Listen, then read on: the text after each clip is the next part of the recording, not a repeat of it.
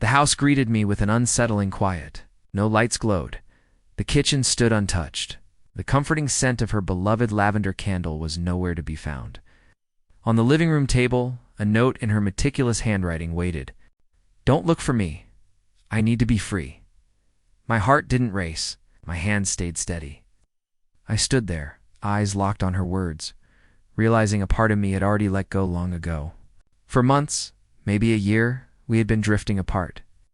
Our talks had shrunk to shallow exchanges. The laughter that once filled our home had faded, replaced by a silence that stretched too long to endure. I had told myself it was just a phase, that we were merely tired or distracted.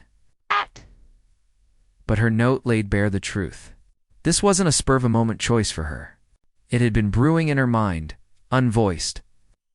I didn't grab my phone to call or message her. I didn't reach out to her friends or kin.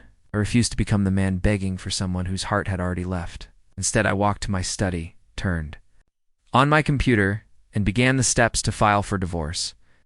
The next day, I secured our joint accounts, replaced the locks on the doors, and reached out to my lawyer to draft the paperwork. He asked if I was sure. I said she made her choice. I'm just following through. Those around me were shocked by my calm. Some called me cold. Others assumed I was hiding a breakdown. But the truth was, I had already grieved our marriage long before she left. I had mourned the woman I once loved, the one who laughed at my terrible jokes and danced with me in the kitchen by moonlight. I often thought back to the happy times, but they felt like scenes from someone else's life. I remembered our honeymoon, our first home, the night we stayed up naming children we never brought into the world.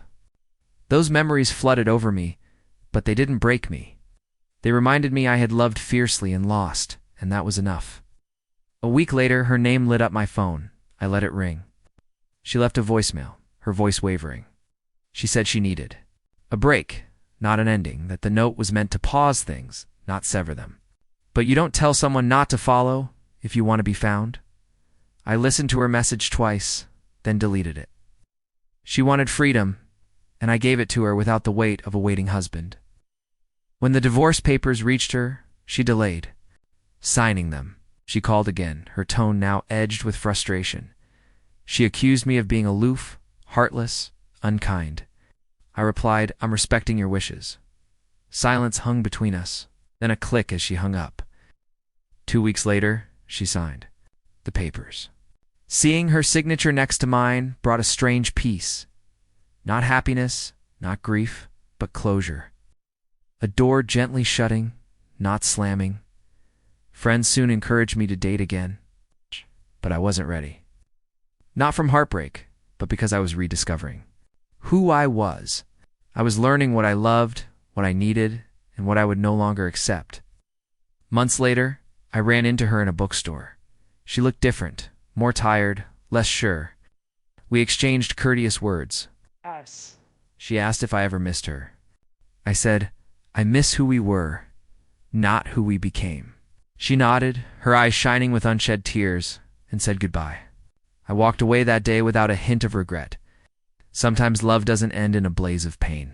Sometimes it just fades until silence speaks louder than words. And when someone leaves a note asking for freedom, the greatest gift you can give is to grant it completely.